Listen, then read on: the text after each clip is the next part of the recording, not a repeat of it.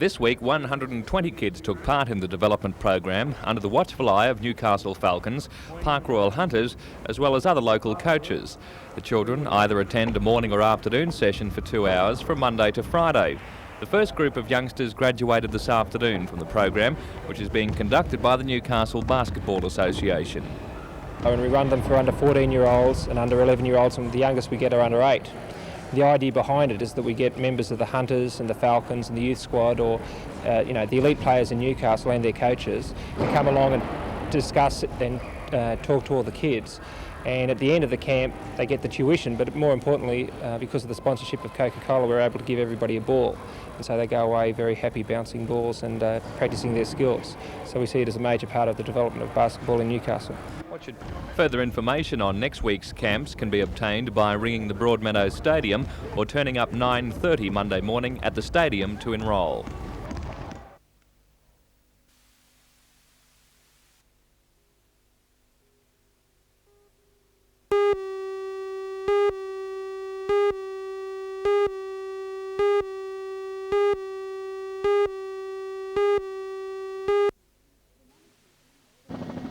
The management of Coal and Allied strenuously denies that retrenchments are imminent at 10 Coal and Allied mines. The company says every effort is being made to negotiate with the miners, but that unions are refusing to participate in discussions. At a mass meeting of 5,000 miners at Branxton yesterday, the unions made it clear they are not prepared to negotiate work practices. The company admits this is a major setback. The General Manager of Coal and Allied's mining interests, Cole Harrison, says in spite of this, retrenchments will be a last resort. No, I think we've got some other steps through arbitration which would allow us to get changes that would be necessary to improve the efficiency of our mines. But we must improve productivity, and we'd try every avenue before we came to retrenchments. That's the very bottom line. The unions have accused Coal and Allied of crying poor. Is the situation really that bad? Well, the situation's bad. I don't know that Coal and Allied has cried poor. Coal and Allied has disclosed all their financial information to them. And if this is disclosed that Coal and Allied is in a poor financial situation, well, so be it. Mr Harrison hopes an agreement is struck with the unions within the next 2 months, although he says no time limit has been set before the company turns to arbitration in a bid to change existing work practices.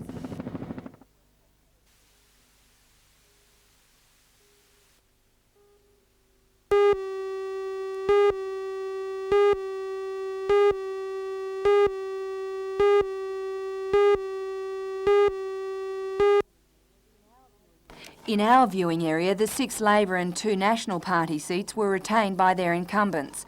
As with the national trend, the safer Labor seats, such as Robertson held by Barry Cohen and Shortland held by Peter Morris, experienced a slight shift away from the ALP, and candidates were returned with a slightly reduced majority. Perhaps one of the greatest surprises locally was in the marginal seat of Hunter. Despite speculation to the contrary, Eric Fitzgibbon managed to easily romp home with an increased majority. He says trouble in the coal industry may have worked to his advantage. Well, there could have been a backlash, but realistically, the miners always knew that they would get better treatment from the Labor government. And so rather than harm me, I feel that the problems in the mining industry assisted me because the miners swung strongly behind me. Another interesting twist to the election was a very strong polling by former Chamber of Commerce President and local real estate agent George Keegan, who was running as an independent for the seat of Newcastle. In just 2.5 weeks, Mr Keegan managed to launch his campaign and, in an outstanding result, snatched about 30% of the primary votes. People voting for Mr Keegan could choose which party they wished to give their preferences to, and he believes this helped to make him a palatable alternative. He says the time is now right for Newcastle to become a swinging seat. The Liberal Party have never had a chance of winning the seat of Newcastle, and I really can't see it happening. But we do know now that an independent will win the seat of Newcastle in the not too distant future, because the swing is very significant and it's now a swinging seat now. Despite Mr Keegan's strong polling, sitting member Alan Morris was easily returned, albeit with a slightly reduced majority.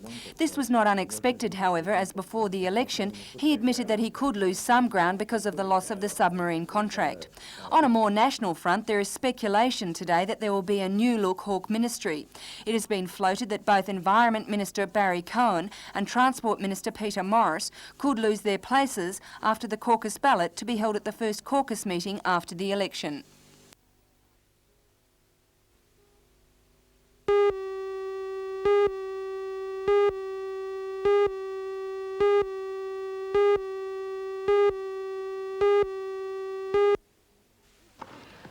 Peter Doohan put Newcastle on the map in tennis circles during his David and Goliath encounter with West Germany's Boris Becker. After he was knocked out of the tournament, it was left to the devastating form of Pat Cash to show Australian youngsters that dreams really can come true. Not surprisingly, following Wimbledon, the game is enjoying a boom period. At the Newcastle Tennis Academy, players aged from 8 to 15 are attending 4-day camps to improve their form. Coach Wayne Johnston says there are many positive aspects of the game. It's relatively inexpensive, can be played by day or night, and is a lively social activity. Tennis is a sport of a lifetime. I'm a little biased because I'm a coach, but the children can carry the sport right through till any age. We have players here today in the older age groups. They play each Monday, and there's some there 70. Obviously, Australia's Wimbledon coup has got something to do with it, but do you think the fact that tennis is a non-contact sport also makes it popular? I think the non-contact side of it is a big bearing on it, but also it's outdoors. Australia has one of the best climates for this sport, and Newcastle District Park Tennis Association has one of the best facilities in Australia. Andrew Deacon gives the training camps his nod of approval. It's just good fun. They help you, to learn how the basic skills of tennis, really. Do you think your game's improved? Yeah, a lot. For some, it's an exhausting way of spending the school holidays, but there's every chance the sessions could help shape a Peter Doohan of tomorrow.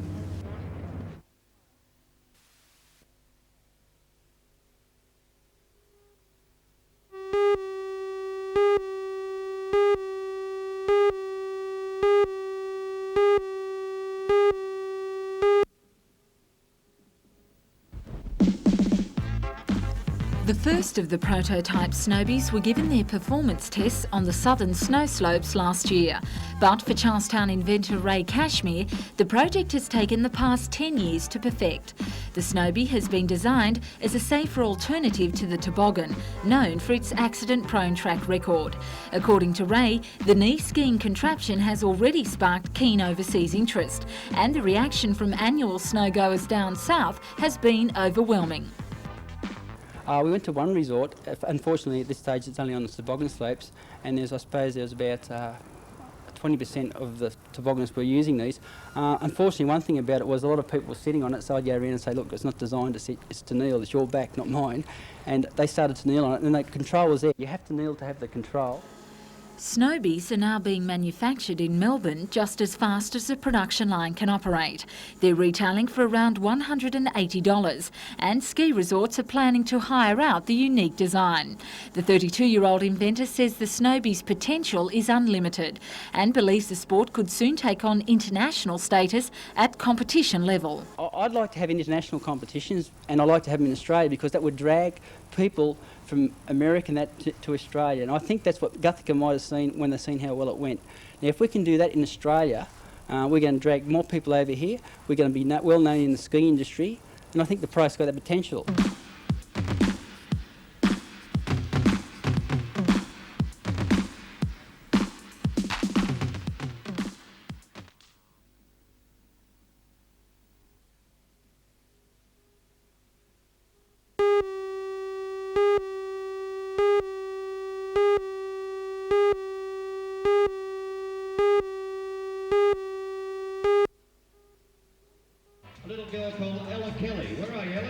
Although competing with the State of Origin football, there was a big turnout for last night's talent quest being put on by the Awabakal Co-op at Free Wills Theatre. By far the most popular music was country and western by female vocalists, and the standard was certainly very high. But the quest gave everyone a chance to join in, and some a chance to goof around. One of the smaller members of the audience fancied himself as a soundman and decided to put himself through his paces. The quest is one of the highlights of National Aboriginal Week, which is currently in full swing.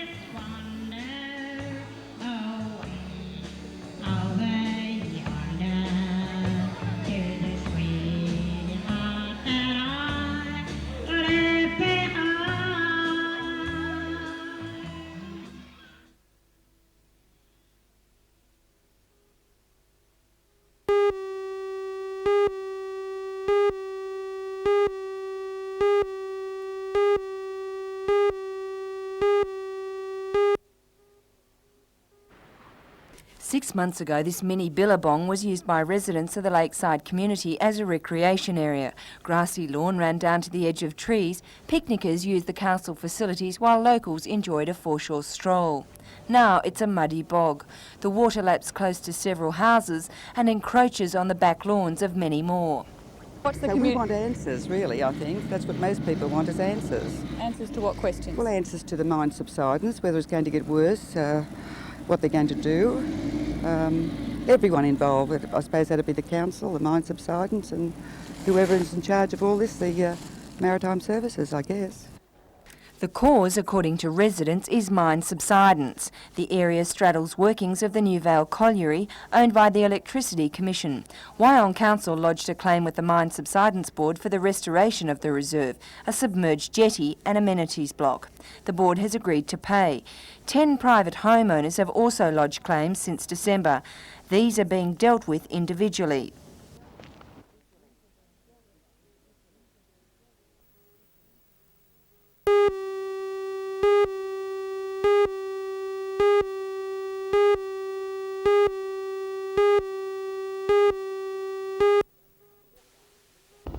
The walkout at midday was over stand-downs already enforced by owner Coal and Allied because of overtime bans. The employees intend to stay out at least until Monday, when talks with the Coal and Allied Union Merger Group are scheduled.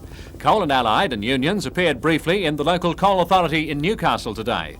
Following the hearing, Authority Mr Cram issued an order applying throughout the region that overtime bans be lifted immediately.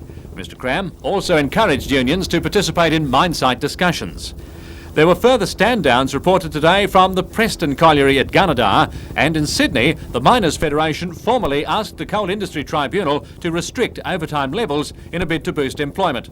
Hundreds of Coal and Allied employees have been stood down so far because of overtime bans. And into this turmoil comes a new leader.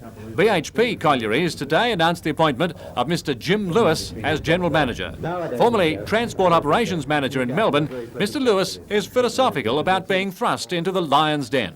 It's a big job, but it's definitely a challenge to try and manage an industry in a state of flux and change like this is. There are obviously lots of problems. The coal price has fallen to record low levels, and we really are in the midst of difficult times. But nonetheless, I've only been here 5 minutes, but it's quite clear that we've got a plan. The management has developed a forward strategic plan which is well down the track to rationalising the mines and to putting them on a sound financial basis.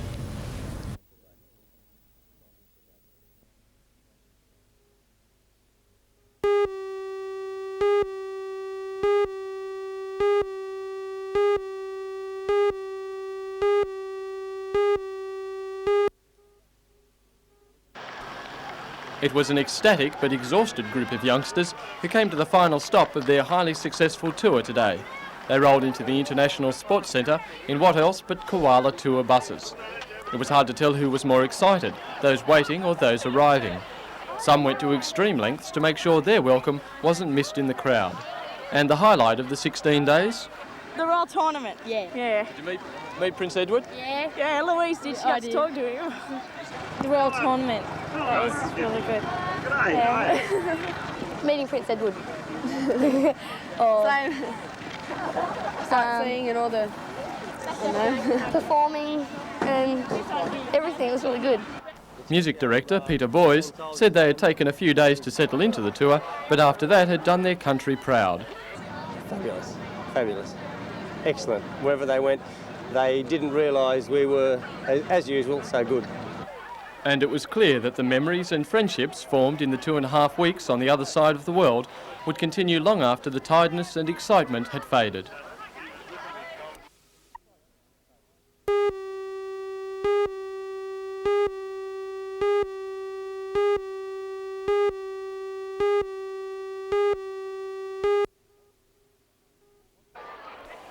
In what proved to be a high-scoring match, South Newcastle produced some of the thrilling football that's taken them to a 3-point lead on the competition ladder. Running in 9 tries, South never looked in doubt, although Waratah played some determined football, only missing out on try-scoring chances because of handling errors and some solid South Newcastle defence. Waratah's determination showed as they scored 3 tries in the second half, after going to the break 32-6 down. Best for Waratah were Tony Goff and Warren Black, while for South, Paul Waite scored 30 of his team's points, including 2 tries, and he made some spectacular breaks. In the reserves, Waratah 30 defeated South 28, and in third grade, South 22 defeated Waratah 14.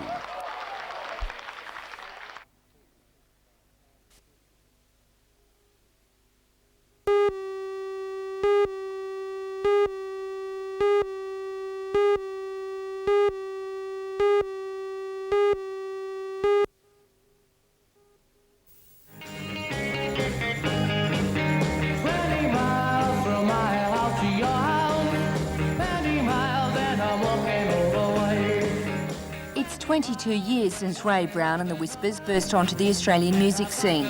Their first single, 20 Miles, flew up the charts to number 1. Their next 3 singles, Pride, Full, Full, Full and Midnight Hour, saw a repeat effort, with all 3 making it to number 1, a feat that has yet to be repeated. They were heady days, and the band often found themselves swamped by fans. The first time we went to Perth, there were 8,000 kids at the airport, and on the top and bottom deck, and they just broke the ranks and ran across the tarmac, and they had to put us in the back of a catering truck to save us.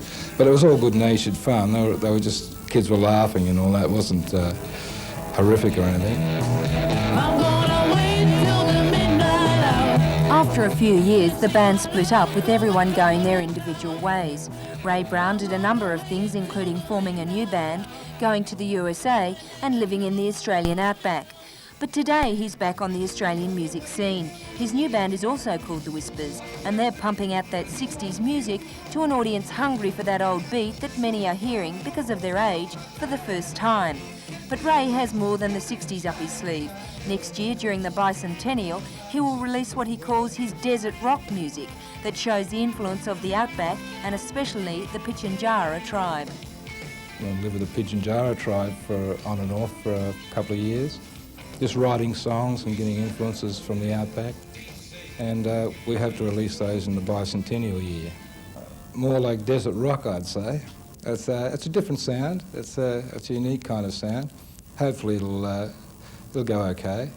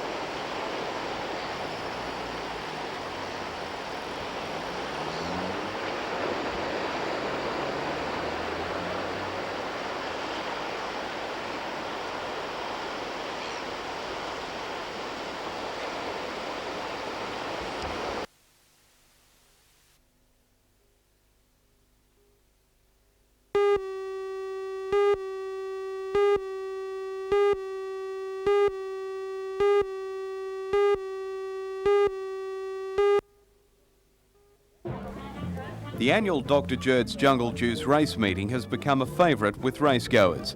There's plenty of good horse flesh to have a bet on, and it goes without saying, there's plenty of socialising.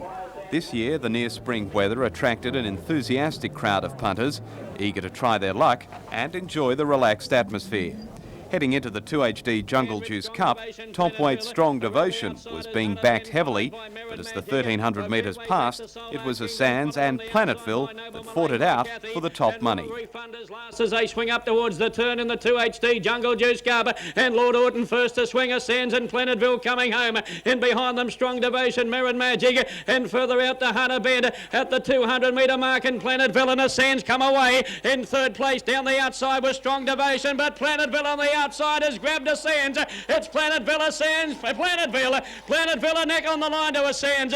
4 lengths away, Solar Kingdom. And then came back. The win in the Cup for Planetville completed a double for Mudgee trainer Doug Cohn. Well, this is only his second start this time back in from a spell, and he's won his 2 starts back. So. And that's a pretty good game because he's won the Cup in a record time. Yes. What plans now? We'll probably give him another start up here, then think about taking him to Sydney. Also today, a milestone for Broadmeadow trainer Paul Perry. With the Highwayman in race 4, Paul took his winners this season past the 100 mark.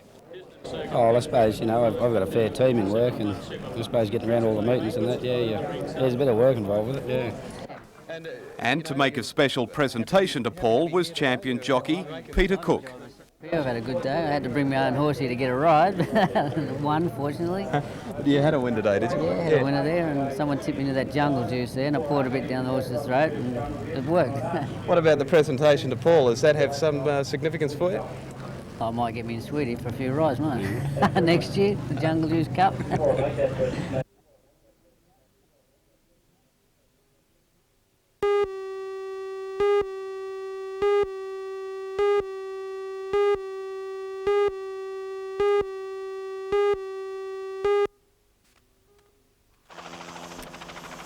In the past 12 months, the helicopter rescue service has flown to 347 missions in the Hunter region, more than 100 in the Port Stephens Shire. With those statistics at hand, Operations Manager John Skeen appealed before Council last night to ask for an annual financial commitment to maintain the service. Every year, the chopper costs more than $600,000 to keep it flying around the clock. The crew on board can be called out at any time, any day of the year. Because of new aviation regulations, the cry for support has been intensified by the need to purchase a new twin-engine helicopter.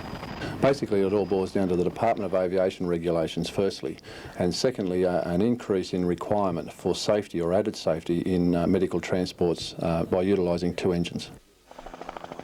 If the money can't be found, it's feared rescue operations will be affected.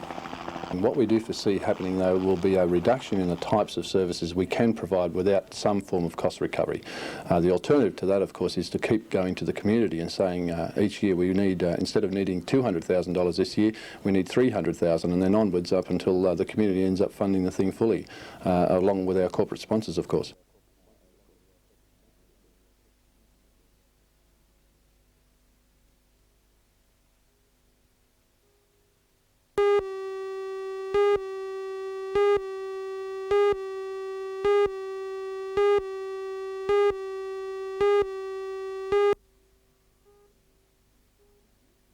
The 2-hectare parcel of land behind the Charlestown Caravan Park has been the centre of a long-running dispute between the Port Stephens Shire Council and the Harbourside Haven Retirement Village. Both parties want the property, but the decision rests with the Department of Lands.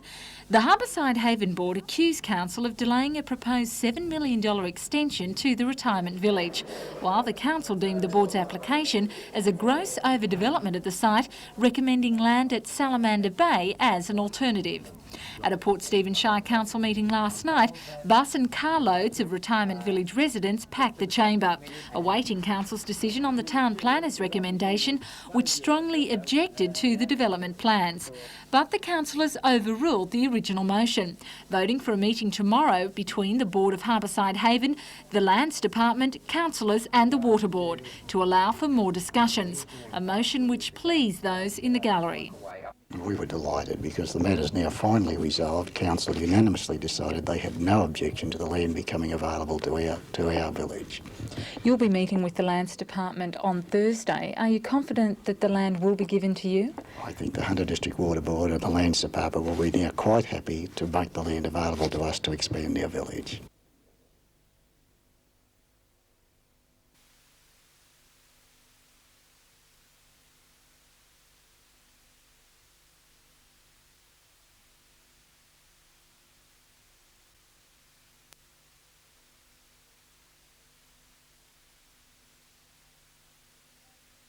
Delays because of the election.